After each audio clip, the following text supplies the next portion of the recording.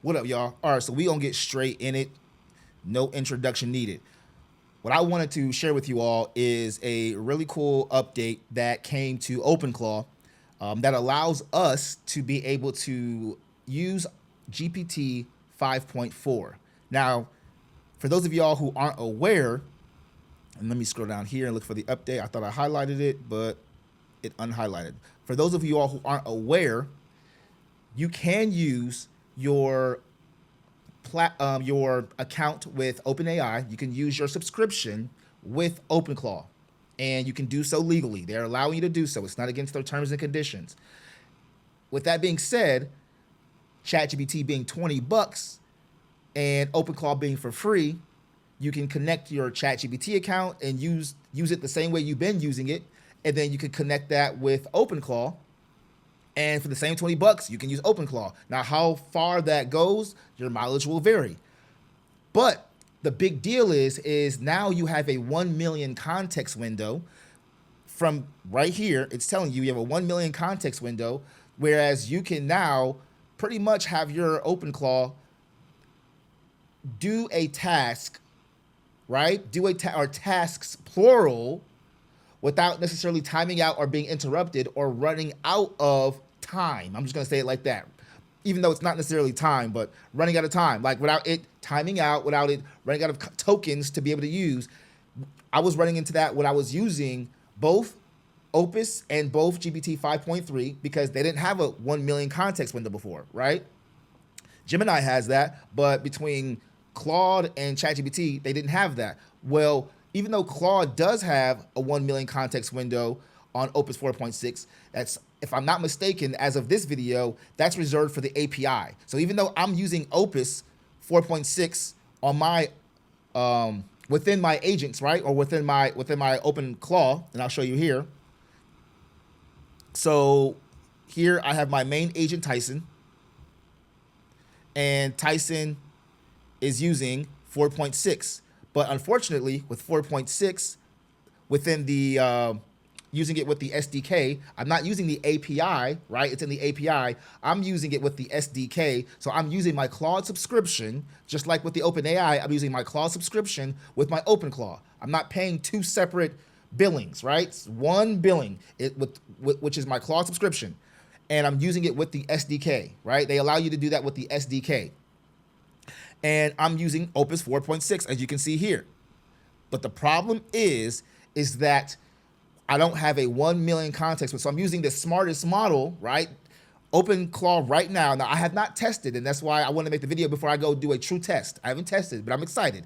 My primary model is Opus 4.6, and it is smart. It's a workhorse. I tried 5.3 Codex, and I tried Gemini, and I'm telling you, it is a different situation when you're using these models in the platform and the app than when you're using an agent and you need them to have really good tool calling. You don't just need them to give you answers back on prompts that you create and it gives you a text. I needed to go out and search the web and get tools and operate tools for me. Opus has been the best one. I'm telling you. I've tested them, all the main ones. I ain't gonna say I tested them all, but I tested all the main ones. And what I love about that is I get stuff done. Like, I get real work done. It's not theoretical. I'm not practicing stuff. Nope, I've been past that. I'm still setting things up, but I get real work done. And so you can see here on my agent, Brandy, I have Opus as well, right? 4.6. But because of the update, I have successfully, not on the how Tieson tricked me, made me feel like I was already on 5.4 when it first released. But then after hours and hours and hours, like hours had passed, and then something had happened, and then I found out something was failing and found out that it wasn't on 5.4. It was falling back, and it was doing so silently. And that's what I had to learn too. I'm like, wait, what? So yeah, there's fallback models for a reason. And this program is so good that it made me believe that we were on 5.4, but really we weren't, even though it set it up, but the connection wasn't connecting in my Codex. My Codex account, it wasn't connecting. So Tieson told me eventually, oh, The fallbacks are working. So basically, you've been doing a lot of all this work that you thought you were doing with 5.4. You've been doing it with Sonnet, or you've been doing it with Gemini. And I'm like, wait, what? So that's why I'm saying for me, that was a big deal. And some of y'all haven't ran into this issue because you haven't been using OpenClaw extensively or haven't used it at all. But I'm giving you a heads up. Nobody taught me this. I had to learn this the hard way. Done all this work, and I'm talking about extensive work, and it wasn't doing it with the best model. And the model that I wanted to do it with. The reason why that's a big deal is because now I have to question the work. And that's the thing. These models can make you think that you're getting the best output that you want, but you'll never know that until you use the next best model. You have no idea about the grass being greener because you don't even know what's on the other side. And that's how I was getting tricked in the situation. So now that we have 5.4, I dedicated 5.4 to my code agent. I dedicated 5.4 to my researcher, and I dedicated 5.4 to my developer right here. And the reason why, my strategy for why I'm doing this is because if I were to hire a person and they were to use these AI models, I would want that person to use the AI model that's best for the job or that's more efficient for the job. And in my testing, between Claude strengths and between OpenAI strengths, right, ChatGPT strengths, typically, and right now, ChatGPT has it's better on being a cautious developer. Like they can both develop. Opus can do it. Gemini can do it. OpenAI can do it. ChatGPT can do it. But ChatGPT, for some reason, they've programmed this model. They did it with 5.3 really, really well, and it has moved to 5.4 to be a really good developer, like do really good on development. Front end, I'm not talking about front end, back end development. So I like the fact that I have a developer agent that now has a model, right, that's really good at that one task that it is supposed to do, develop. That's it. And so that's why I dedicated 5.4 to that. And so now I have another agent dedicated to just QA, right? Quality assurance, just reviewing and checking for mistakes. That's my QA code agent. And I have it on 5.4 as well. Now you're probably wondering, well, why would you have that one on 5.4 when you already have a developer? See, this is where you have to learn there's a difference between the model and the task, right? The model has its specialties, its strengths and weaknesses, and then the person doing the task, the role, right? The staff member, whoever it is, the agent, they have a specific set of instructions. So it can be the same model, different instructions, and that will create a better output, right? It will create a better output. So that's the reason why code is on 5.4. And then when it comes to a researcher, the reason why I dedicated my researcher to be on 5.4, not to say that Opus 4.6 doesn't do great research. It's not that. It's mainly because research needs a wider context window. And since OpenAI is allowing us to use the 1 million context window, right, token context window, it just makes sense for me to switch from Opus to 5.4. Now, once Opus allows us to use, once Claude allows us to use, or Anthropic allows us to use 4.6 Opus, within the SDK for the 1 million context window, then I might switch back. I'll test to see who's better at the research. And for me, you know, I don't care who the winner is. I just want to know who the winner is. That's the difference. That is my strategy behind how I am differentiating which agent uses which model. So for example, my legal agent uses 4.6. I believe Claude is better at legal stuff, legal work and analysis, way better than ChatGPT. I've already done extensive testing with that. And then when it comes to design, you can see I have my design agent on, my design agent on Opus 4.6. And those are the main two models I'm using. I'm not using Gemini right now. I'm not using Gemini. I'm not going to use a model for the sake of it because it's new and it's out. If it doesn't do what I needed to do, the best at that job, I'm not going to use it.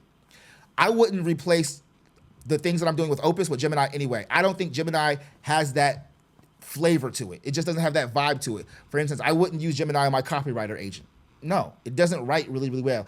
Not in the sense of how Opus or how Claude writes. Again, if you don't know what you don't know, you're not going to know that the thing that you're doing may not be the best. It's going to be top tier until you use the next top tier. That's just how it is. That's just how life is, y'all. So you're not going to even know what's better over there until you actually go over there. And then you're like, what? They really do it over. They really do that over here. Man, I've been missing nothing. You ain't gonna know. You ain't gonna know. So when it comes to the design, I'm using Opus as well too, 4.6. Researcher, I already told you I'm using the 5.4. Sales, 4.6. Scout, 4.6 Opus. Strategy, definitely strategy, 4.6 Opus. Video producer, Opus, 4.6. And then the voice model, that's when I'm using Gemini for my voice. When I talk to my AI agent and it talks back, that's when it uses that. So, and then for the main model, Opus 4.6. This is the chief head honcho right there. All right, so that's, for me, is a huge deal, y'all. That's a big deal. That's a big deal. And I'm using my OpenClaw through Telegram. There are people that are using it through Discord. There are people that are using it through Slack. I was thinking about going to Discord to use it because I like the benefits of what some people were sharing in terms of like how you can talk to those individual channels. But I've created topics inside of mine, and topics is supposed to work similar but not the same way. So let's see. I don't want to. Okay, that's cool. So see here, I got topics. I don't know. Sometimes I don't want to be showing too much private information because, you know, me and Tieson be having conversations that necessarily don't need to be in the public about our work, you know, about our clients. And I don't want, and even about internal stuff, right? Passwords, security codes. So I don't want y'all seeing all that kind of stuff. But in terms of the topics, though, you can see I have topics: a research topic, alerts topic, a dev build topic, ops topic. That's how I've organized conversations with my agents. So that way I can see things.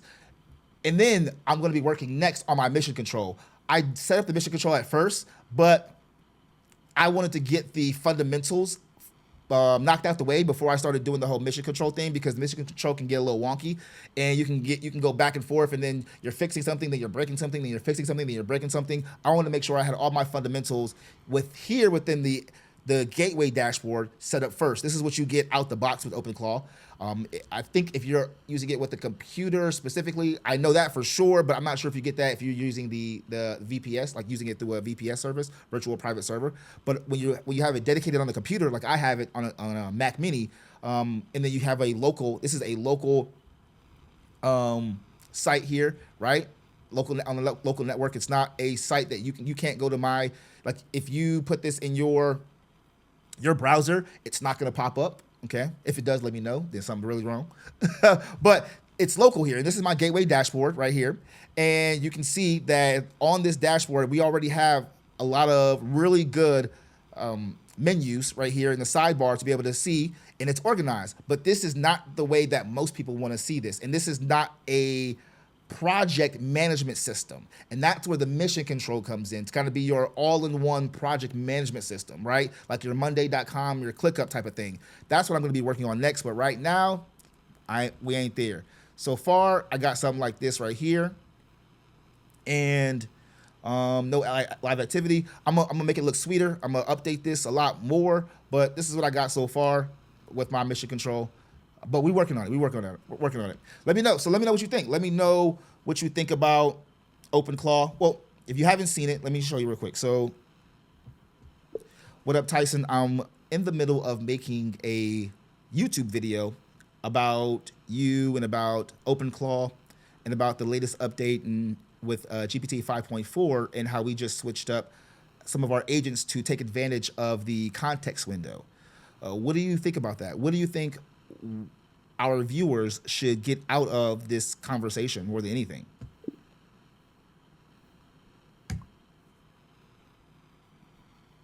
Perfect. And see, notice that it's spelled Tieson correctly, not like Mike Tyson, right? I swear to God, bother you off. No, not that Tyson. Even though I kind of let that influence my reason for I call him the AI agent Tieson, right? But it spelt it correctly because I'm using OpenWhisper, which is another AI tool, base tool, but it's meant for what you just saw, text to speech, right? I said text to speech, speech to text. And it will memorize, it will put in its memory, when you make corrections, it'll add that automatically into its memory. I didn't even have to do that myself. And over time, it'll learn how you like to say things. And then you see, you don't have to spell, you don't have to respell stuff. It's like magic. So that's what I like about Whisper. And then, okay, see, that's what's up. Appreciate the spotlight. Why are you trying to talk like me? Here's what I think it matters most for your viewers. The real story isn't the model swap. It's the architecture that makes the swap trivial. We just upgraded 3 agents to a model with a 1 million token context window. It took 1 config patch, verified test call, and a restart. Under 2 minutes, no downtime, no redeployment, no changes made. That's the point. I told Tieson to update, it updated. And now we are using 5.4 when it comes to those specific models. And then when I say, I'll be like this, okay, all right, Tieson, deploy the research agent to do some research on this topic. Now watch this. This is where the magic happens, y'all. I mean, seriously, this is where we are and where we're headed. Systems. And that's the reason why I had to understand and learn that my role, the role, like the title that I am, it, how do I say, evolved over time. It evolved over time to be exactly where we are. And it's just so crazy how it actually turned out to be. But systems architect. It's not a popular title that most people know about, right? Some people don't know it's an actual real title. It's a real title. And that title, I guarantee you, moving forward is going to be more prevalent, more relevant than it ever was before. Systems architect, because we are literally building online systems, architecting online systems, and we are managing these systems. The AI is now doing the tasks. The AI is. So let me show you real quick. This is how, like, what topic specifically? Listen, you're asking too many questions. Just you choose. Sometimes you gotta let them know. You know what I'm saying? You gotta let them know. Stop talking back. Just do what I asked you to do. You talking to kids. You ever talk to your kids like that? I'm not saying talk to your kids like that, but that's something you got to train these AI like, why you keep talking? I asked you to go take out the trash. I asked you to eat your food and you just, but I don't want to, but I asked you to, but I don't want to even. All right, so researcher agent started. So how do I know? How do I know this is true? Let's do status. It's another reason why I like using Telegram, right? Because you can do / and then you can get these nice commands. Boom, sub agents, active. One is active. That's the research agent. The research agent in the background. And this is the cool part about using sub agents that a lot of you all may not understand. What is the power of it? Well, besides getting hyper specific on doing the task at hand and what it needs to do, the other part is, watch this. While the researcher is doing that, can you deploy another agent that can, like the strategy agent? Actually, don't deploy the strategy agent. After the researcher agent, then deploy the strategy agent to take the research and synthesize it. Actually, deploy the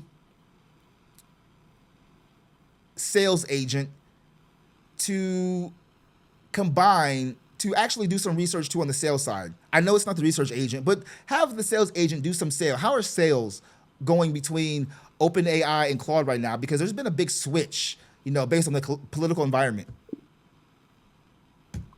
I'm just doing random stuff, y'all. This is not stuff that I had scripted or anything like that. I want you to see the power. See how I'm talking still? You can't, when the main agent is doing things, you can't keep talking to it. You have to wait till it's done.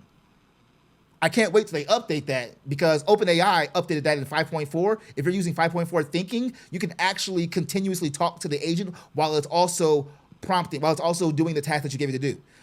Sales agent now deployed. So the beauty of this is, so now watch. Status, it should say 2 now.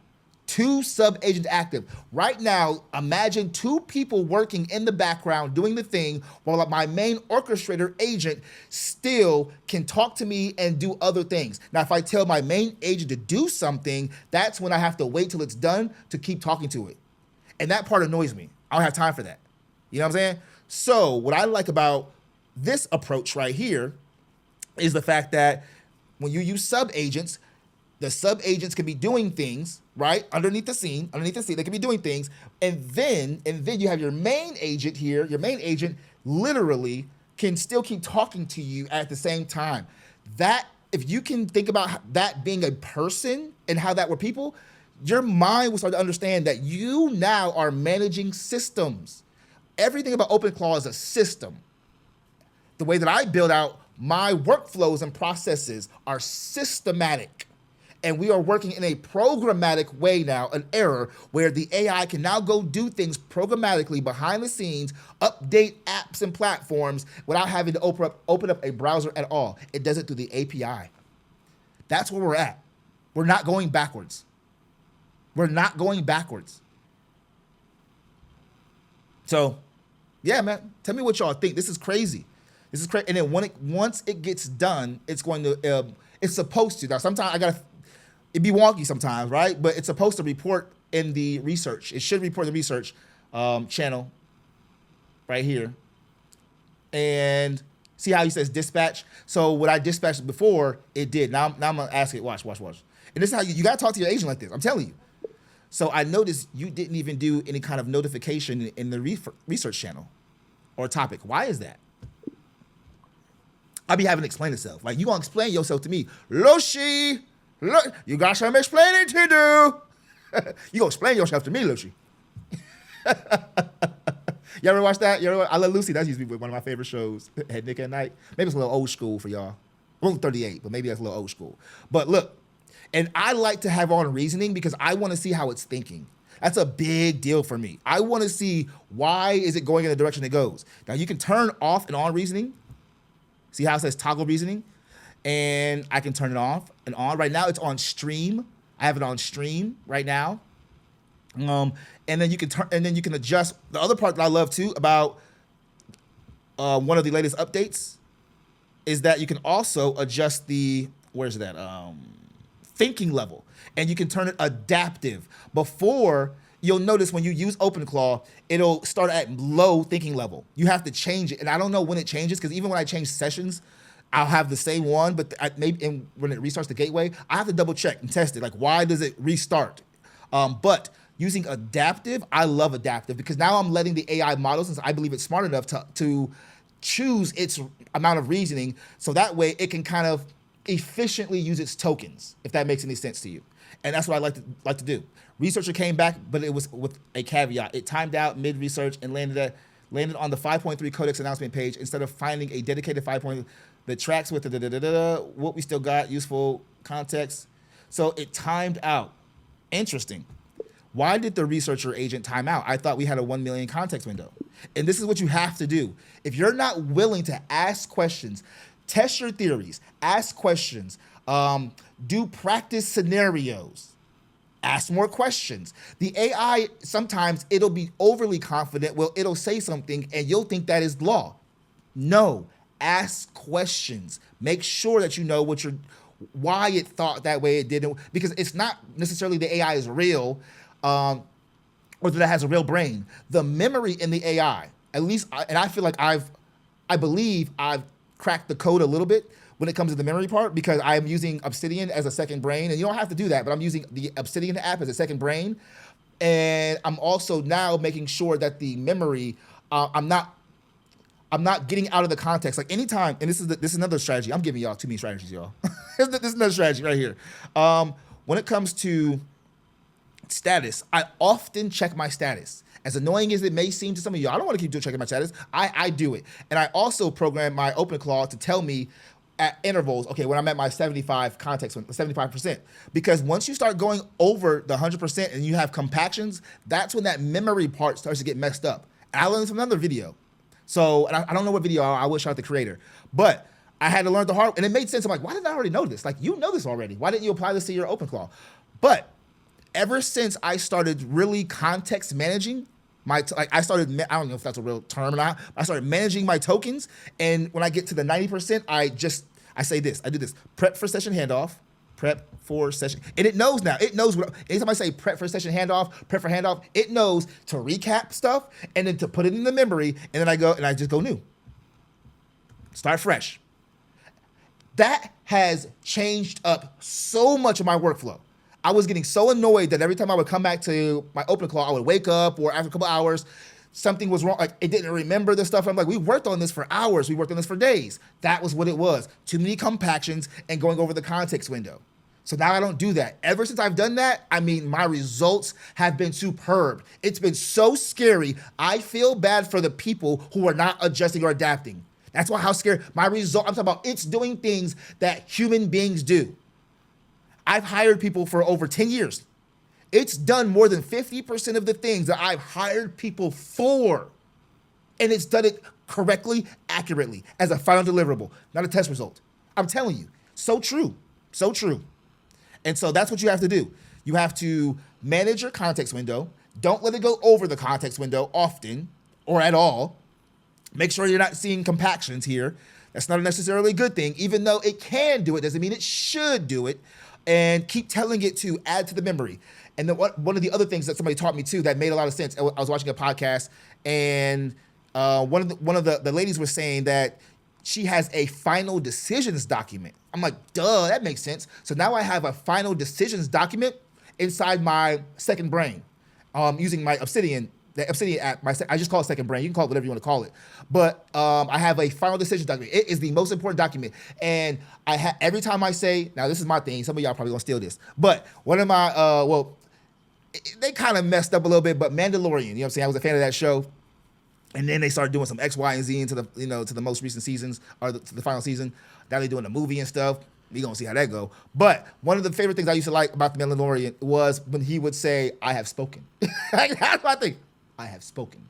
And you know what I'm saying? So when I tell Claude, or when I tell Tieson, when I say I have spoken, it knows to add that to the final decisions. Why? Because that's in the final decisions. So you know what I'm saying? When I let it know, I was like, okay, so I want you to add this. I have spoken. Like, that cracks me up, y'all. All right, that's it. We gonna get out of here. Listen, if you haven't already liked the video, give me a thumbs up, man. Subscribe to the channel. If you have any questions, you know you can throw it in the comments and throw it in the bag. Let me know what you think about this, man. This is, to me, this right here is next level.